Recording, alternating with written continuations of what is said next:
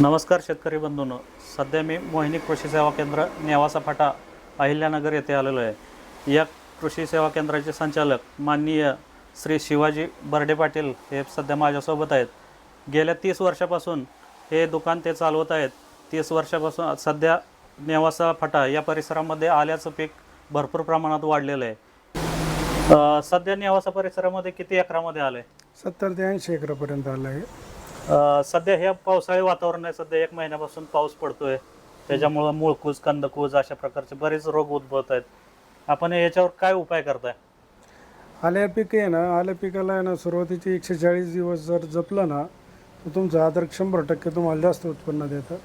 ते सुरुवातीच्या काळात जास्त जमिनीत आर्द्रता जर वाढली तर त्यावेळेस आहे ना जमिनीत खाली आहे ना कंदकूज, मर आणि मूळकूज अशा प्रकाराचे प्रादुर्भाव जास्त होतो. त्यावेळेस आहे ना कृषीटेक कंपनीचं फंगिनील आणि बॅक्टेरियासान हे दोन्ही एकत्र करून जर आपण जमिनीतून आळवणी जर केली तर जमिनीतून हे दोन्ही प्रॉडक्टची आळवणी जर केली तर तुम्हाला त्याचे रिझल्ट एकदम उत्तम प्रकारे येतात. त्याने असं आहे, याने तुम्हाला जमिनीतली पूर्ण मर थांबवून सशक्त पीक आणि निरोगी पीक दिसून येतं.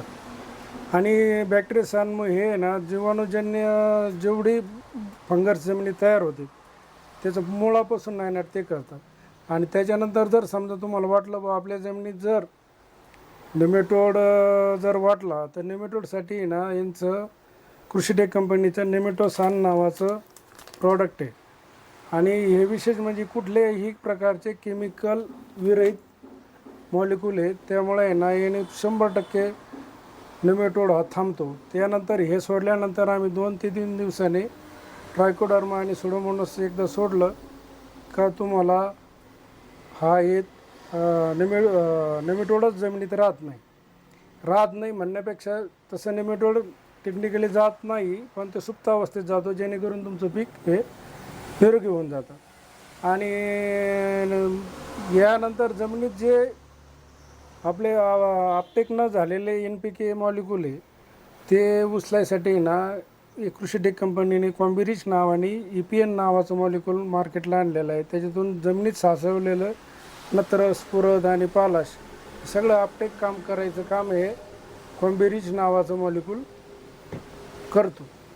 आणि हे ना ह्या प्रत्येक वेळेनुसार जर त्याचं हे केलं, ज्यावेळेस जर आर्द्रता जास्त वाढली त्यावेळेस जर फंगिनीलचा वापर जर केला तर तुम्हाला पुढील 15 दिवसापर्यंत त्याचं संरक्षण व्यवस्थित मिळून जातं. आणि नंतर जर पावसाचा खंड पडला, नंतर जर तुम्हाला वाटलं पाऊस चालू आला तर त्यानंतर आर्द्रता जर वाढल्यानंतर तुम्ही त्याचं परत रिपीट करू शकता. आणि हेचं जे याचं प्रमाण आहे ना एकरी 500 ग्रॅम आम्ही सोडण्यासाठी देतो.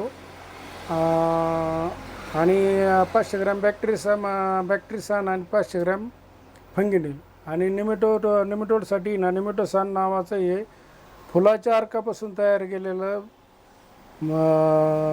हे नेमेटोडसाठी जे औषध आहे आम्ही एकरी 1 किलो या पद्धतीने सोडण्यासाठी देतो. आणि याने ह्या प्रॉडक्टचा शेतकऱ्यांनी जास्तीत जास्त वापर करावा. त्यांनी याच्यात कुठल्याही प्रकारचे केमिकल नसल्यामुळं विषमुक्त दर्जेदार आलं तयार होतं.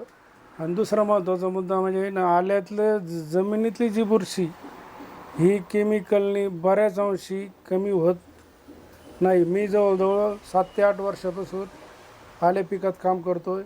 माझ्या अनुभवानुसार केमिकलपेक्षा हे बॅक्टेरियल औषधांनीच जास्तीत जास्त लवकर कंट्रोलमध्ये येतं आणि जास्तीत जास्त उत्पन्न मिळून जातं. साधारण आल्याची लागवड कोणत्या महिन्यामध्ये होते? साधारणतः जून ते जुलै महिन्यात होती. हे पावसामुळं तसं काही ठिकाणी मे महिन्यात पण केली जाते, पण जून महिन्यात होते जास्त. पण जर संततधार पाऊस झाला तर. आणि ह्या फंगिनील मॉलिक्यूल असं आहे का त्याने लवकर येणारा करपा आणि उशिरा येणारा करपा ह्या दोन्ही करप्यावर त्याचं नियंत्रण मिळवता येतं. म्हणजे लागवड केल्यानंतर आपण किती दिवसांनी ते सोडलं पाहिजे? लागवड केल्यानंतर आहे ना साधारणतः मुळी सेट व्हायला आणि पूर्ण आदर उगून यायला 15 दिवस लागतात. त्यानंतर तुम्ही आहे ना चालू शकता, म्हणजे प्रिव्हेंटिव्ह सोडू शकता. त्यानंतर आहे ना आल्याची उगवण क्षमता चांगली होती. आल्याच्या उगवण क्षमता झाल्यानंतर तुम्ही सुरुवातीला प्रिव्हेंटिव्ह म्हणून देऊ शकता किंवा तुम्हाला जर वाटलं मर लागली तर त्यावेळेससुद्धा तुम्ही ते देऊ शकता. साधारण आले किती दिवसापर्यंत ते पीक चालतं? साधारणतः आहे ना आले पीक आहे ना 140 दिवसापर्यंत तुम्ही जर रोगराई मुक्त जर ठेवलं तर ते तुम्हाला पुढं तुम्ही वर्षभरापर्यंत चालू ठेवता. पण सुरुवातीला 140 दिवस त्याचे खूप महत्त्वाचे असते. तेवढ्या जर तुम्ही त्याला जपलं तर तुमचं पीक 100% येतं. साधारण या पिकावर काय काय फवारण्या आपल्याला घ्याव्या लागतात? सुरुवातीला याला आहे ना मावा येतो, तुडतुडं येते, एक पांढरी अळी पण येते, पानं गुंडाळणारी अळी येते आणि लवकर येणारा करपा, उशीर येणारा करपा आणि बॅक्टेरियल फंगस पण येतो त्याला.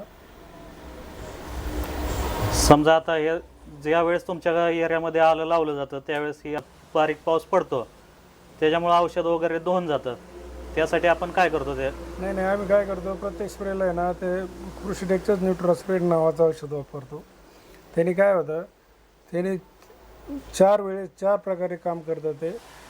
ते पेनेट्रिक काम करतं, स्टिकिंगचं काम करतं, स्प्रेडिंगचं काम करतं आणि दुसरं म्हणजे आहे ना पाण्याचं pH-सुद्धा ते बॅलन्स करतं. हे आपण हे कृषीटेकचे उत्पादन किती वर्षापासून वापरतोय? मी साधारणतः 5 वर्षापासून वापरतो. कृषीटेकच्या उत्पादनाबद्दल समाधानी आहे? हो, समाधानी म्हणजे जर पुढील काळासाठी आपल्याला विषमुक्त जर पिकं आणायची असतील तर कृषीटेकशिवाय पर्यायच नाही. धन्यवाद पाटील, आपण खूप छान माहिती दिली. धन्यवाद.